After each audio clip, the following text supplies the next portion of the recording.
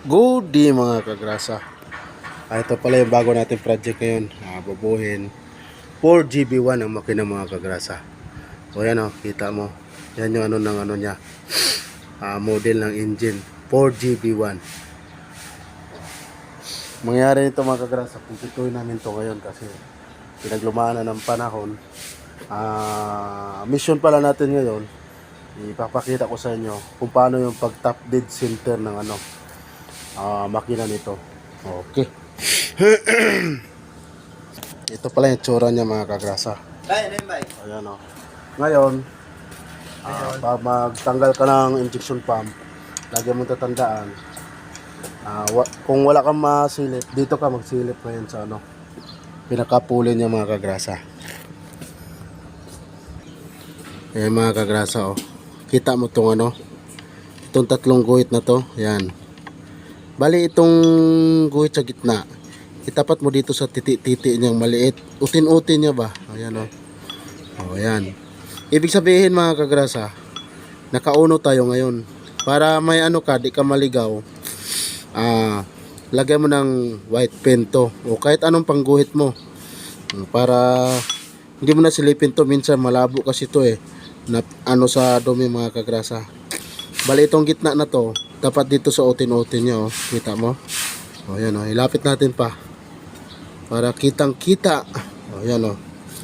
Kita mo yung utin-utin niya, mga kagrasa? Yan.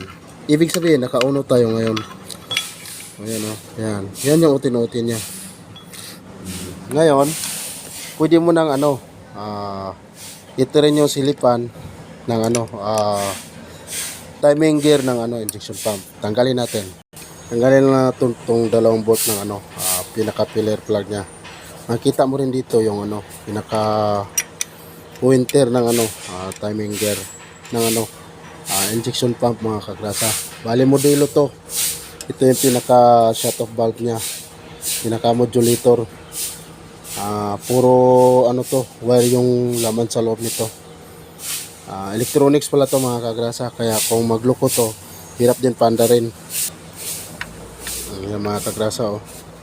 Para makita nyo ng ano, hindi natin ipagdadamot ba. Oh, kita mo. Oh, ayan oh. Oh, ayan. Oh. Tinatakan ko na rin ng ano, white ink. Bali itong araw na to, itapat mo rin tong ano, yung araw na ito, itong nasa timing gear. Ayan, yung iba mga kagrasa, litra. O di kaya ano, Y, tapos W, ito. Yan yung ano niya, guhit. Okay, itapat mo dito sa araw na to. Tanggalin mo lang tong dalawang bolt. Ito na yung ano, pagtapat mo ng injection pump. Ganun lang diskarte mga kagrasa.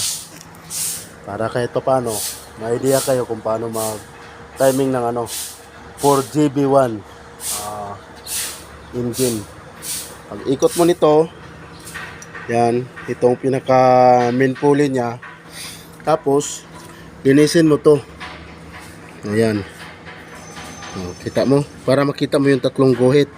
O, yan. Tapos ito yung utin-utin, oh. Kailangan malinaw mata mo konti. Kahit konti lang. Para makita mo yung utin-utin niya. O, yan. Okay mga kagrasa.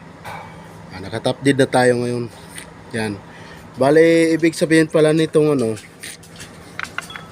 itong tatlong guhit na to, itong dito sa kaliwa, before. Yung sa ano naman, dito sa unahan, sa pangatlo, after na yan mga kagrasa. Diskarte mo na lang kung anong gagamitin mo. Kung mag before ka, or ano, after. Kaya sa amin, gamit namin mga kagrasa, top dead yung gamit namin. Kaya itong gitnang guhit, nilagay namin dito sa pinaka-utin-utin nya. Okay na mga kagrasa. Para kahit paano, may idea kayo. Ayan yung tsura nya oh. Ayan, ito yung pinaka oil filter base. Combine na rin niya yung pinaka oil cooler. Maliit lang siya mga kagrasa. Di kagaya sa Purichipa na mahaba, nakatago sa injection pump. Ito nasa labas lang oh. Ito yung pinaka oil cooler nya. dugtong na siya sa oil filter base. Tingnan rin yung pinaka turbo niya, maliit lang. Ngayon titingnan natin ng klaro yung itsura ng pinaka modulator niya. Ayan mga kagrasa, puro wire yan. Bali magdidiman yung computer, isense niya dito kung anong RPM yung niya. Ayan itong connection niya na ito. Kaya masilan dito mga kagrasa pag di mo tong na to, sus, magkaroon ka rin ng uban. Kasi minsan hirap andarin. Dito rin pala yung pabuksan mo lang to pag ayaw gumana to, ayaw maglabas ng diesel dito. Kaya dito tayo sa electrical connection niya. Okay mga kagrasa, salamat.